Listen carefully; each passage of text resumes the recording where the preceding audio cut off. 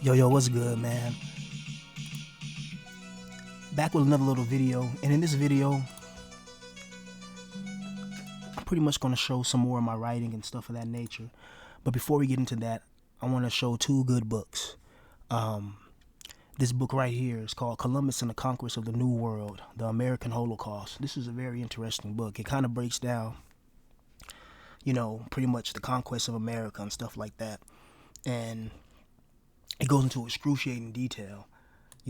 Some things are not even taught in regular history books, and I think stuff like that should be remembered and should be known, you know what I mean? So go ahead and check this book out, you know. And another good book is called Firestorm, The Bombing of Dresden. Now, let's get into the video.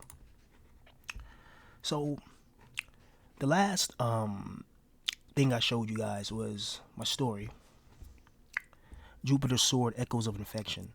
But before this story, I actually had like a little prologue, and this is it right here. This is kind of like, if you guys ever played Resident Evil, Dead Space, hell, even in Star Wars, there's always prequels before the main ones and stuff. And usually the prequels will come like later, like once the stories get popular and stuff of that nature.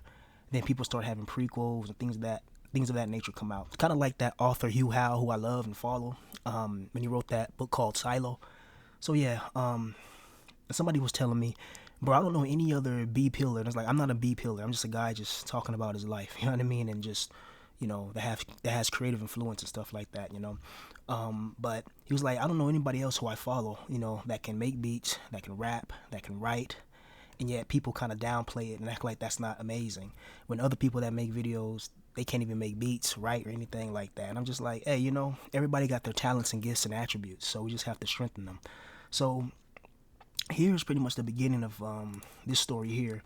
Jupiter's Sword, Echoes of Infection. This is the novel I'm working on now, but it's hard to really work on novels, because it takes a lot of time. I wish I was like really wealthy and rich so I can just spend all day writing and stuff, but we have to find economic stabilization.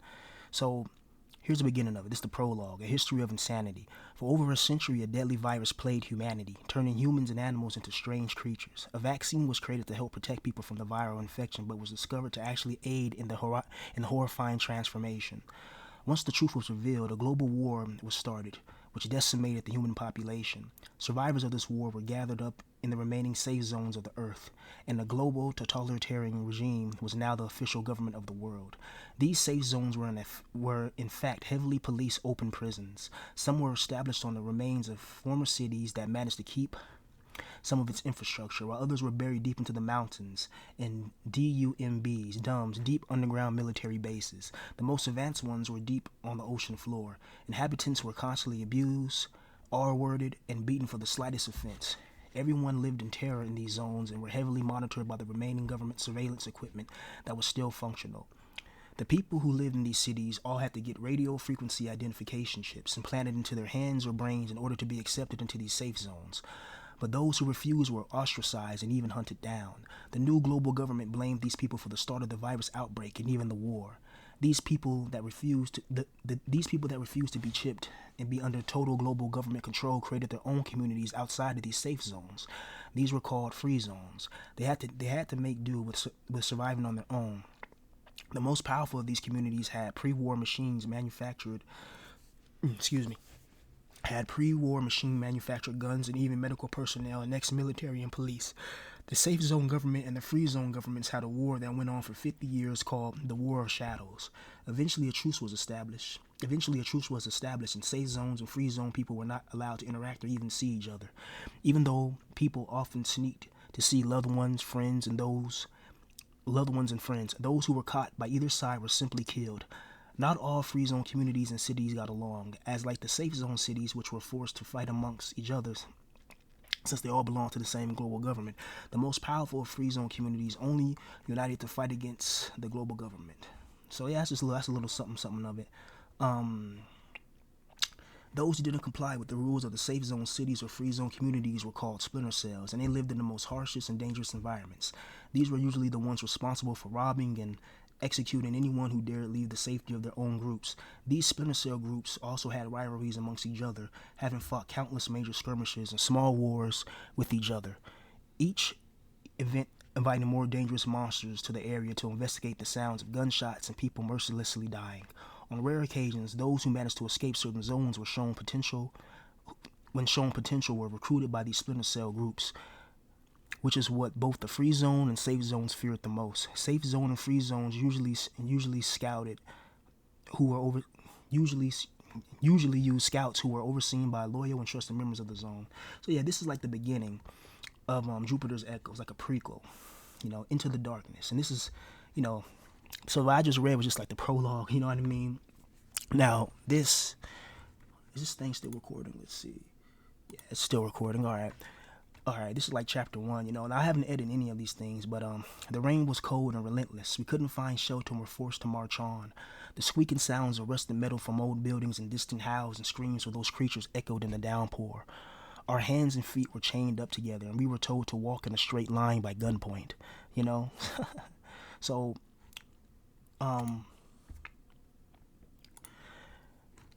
pretty interesting, but let me keep going.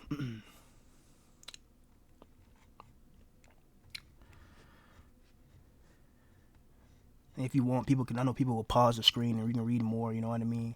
That's what the Rad Brad says when when the Rad Brad be going through video games and they be showing like stuff like this. He's like, okay, you guys can pause later. Or he said he'd be reading it through editing. But yeah, so let's go again. So yeah, where we leave off at. Okay. There were 15 of us and 6 guards, 3 guards in the back, 2 on either side of us, and the main disgraced security officer taking the lead. Then suddenly a loud, horrifying roar bellowed from the darkness. The entire area went quiet and all the other creatures went silent. When I lived in a safe zone city, we would hear this particular roar every other night and always would send chills down our spine, even though we were behind the safety of the walls. This time it was much louder and closer. The city officials never told us what it was, but rumors of people who had seen the creature called it a Monzark, a T-Rex type of creature, but much more terrifying. All of us stopped and immediately started looking around in the pitch darkness. The guards turned off their flashlights, and one of them from the back rushed up to the main security officer. As he passed by, I could see pure terror in his eyes. "This one's excited," one of the prisoner scouts in front of me muttered under his breath. The 2 officers started talking, and then others followed, forming a little circle, then quickly pointed to an abandoned electronics shop. In haste to get us inside, one of the guards tripped and fell face first into a puddle, discharging his firearm and shooting himself in the leg. The gunshot was extremely loud and even seemed to overpower the rain. And after a few seconds, he let out a loud scream and started to yell. 2 guards quickly got inside of the electronics shop and secured the perimeter. Then one of them stayed behind with his gun pointed at us. "Don't you fucking move," the other one rushed outside to help. "Don't you fucking move," as the other one rushed outside to help. Then we heard the roar again, this time followed by footsteps that seemed to vibrate the whole building. Even though we could feel it was more distant, it was some distance away. The guards outside started to panic. They rushed their comrade inside and started to apply a tourniquet. "Fuck, it hurts." "Shut your mouth," barked one of the guards back to him. "Here," another guard said, and handed him a piece of cloth, and then he proceeded to tie it around his mouth to quiet him down. Just then, the footsteps started to get louder and more closer. The electronics shop still had its high shelves installed, and we were ordered to get behind them. The other guards quickly tried to follow. When a giant reptilian-like foot landed a distance in front of the store, the creature seemed to have leaped from where it was a few seconds ago. The guards couldn't make it to where we were in the middle of the store, and the 2 of them took their comrades behind a checkout counter and ducked low, both of them having their hands around the wounded guard's face as to make sure he doesn't make a loud sound. Through the little slits we could see the outside, and with the thick rain the reptilian foot disappeared and all was silent. 2 guards were in the same aisle we were in monitoring us and looking outside nervously. The main security guard who was previously leading our descent into this abandoned part of the city was on the other side of the store, crouched behind a broken bookshelf, his assault rifle trained outside through a little slit, carefully monitoring the outside. "Don't you guys make a fucking sound," one of the guards next to us said nervously in a frightened whisper. So, I haven't really, so it's interesting because this is just a prequel of, Jupiter's Echo, this book. And this book takes place on a space station, on a place kind of like Mass Effect or whatever. This is the one I told you guys with the floating mansion and all that shit, and that in that Mass Effect Citadel type of environment where like a dead space invasion, a dead space infection breaks through, you know. But this one right here, the Red Dawn of Chaos and Obliteration, is like the first little, it's like the prequel. But yeah, and then another novel I've been working on, you know, got 146 pages, but I just show a little something, you know, of this one. This one's called Secret Sector, you know, and I didn't want to get into the storyline of this one because it's just so, you know, very complex. But just know that it's about people living underground in an alien, on an alien planet, you know.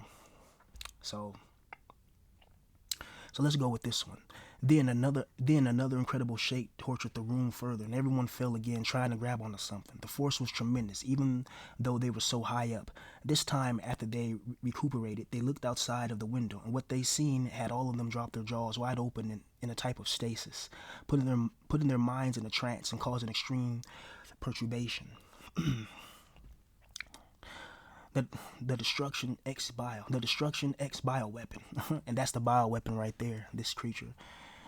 I think I got that picture. I forgot where I got that picture from, but yeah, like I used to like look at these pictures and stuff and like get inspired and write. So, yeah, the creature they had seen was a behemoth. It had the form of a giant spider, but it was worse. It had 4 heads and 8 legs. Each head had no eyes, but had armor segmented on its face like the exoskeleton of a wood louse, which with quadruple hinged jaws with 4 mandibles sticking from the top and bottom sides of the mouth. At the tip of each mandible there were bone-like spikes still stained with ancient blood. The mouths were filled with teeth. Also, each mouth had 2 worm-like appendages coming from the throat of each mouth. Each had hundreds of tiny eyes and mouths of their own, lined with an outstanding number of teeth. So it's basically describing this creature right here, you know, basically describing that. And these people right here have to take it on. So let's just go.